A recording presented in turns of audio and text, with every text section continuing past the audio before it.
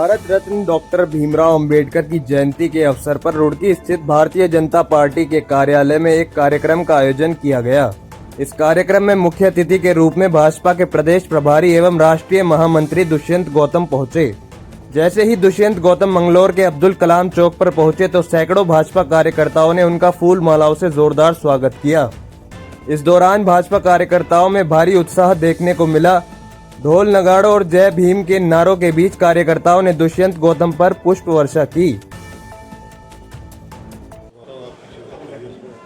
देखिए, कुछ ही महापुरुष होते हैं जिनको उनकी शहादत के बाद इतने सालों में बाद याद किया जाता है। वो ऐसे ही नहीं बनते। डॉक्टर अंबेडकर जी का देश के निर्माण में बहुत बड़ा योगदान रहा है। उन्होंने अपने जीवन की शहादत दी है, इसलिए आज मोदी जी सरकार उनको मानती है। ये देश का दुर्भाग्य रहा कि आज़ादी के बाद का ऐसा लगा जैसे नेहरू खानदान ने ही देश बनाया है, उन्होंने चलाया है।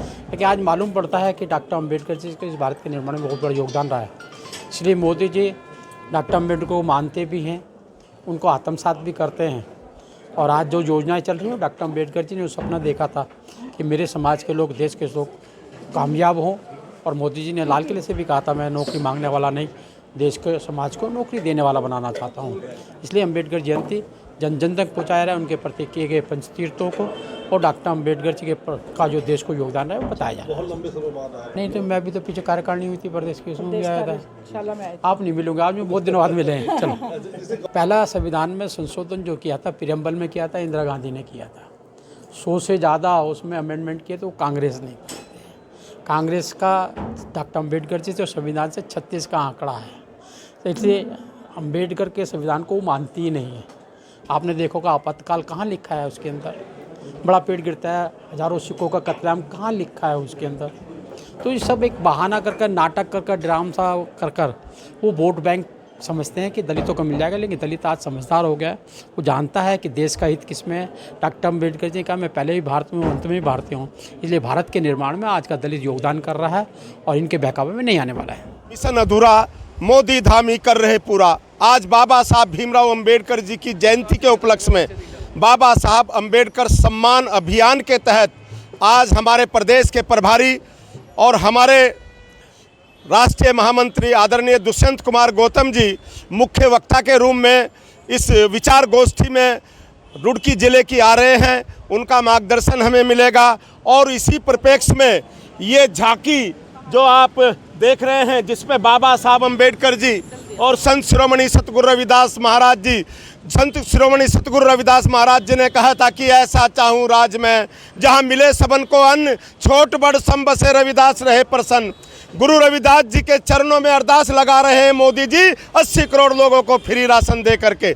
और बाबा साहब अंबेडकर जी ने महिलाओं को सशक्तिकरण की बात की थी, इसलिए लोकसभा और विधानसभा में 33% का आरक्षण दे करके मोदी जी ने बाबा साहब अंबेडकर जी का सम्मान किया है। इसी परिप्रेक्ष्य में हमारे पुष्कर सिंह धामी जी ने, क्योंकि बाबा साहब अंबेडकर इस देश के अंदर एक कानून चाहते थे और आज पुष्कर सिंह धामी जी ने समान नागरिक संहिता ला करके बाबा साहब अंबेडकर जी का सपना साकार किया है।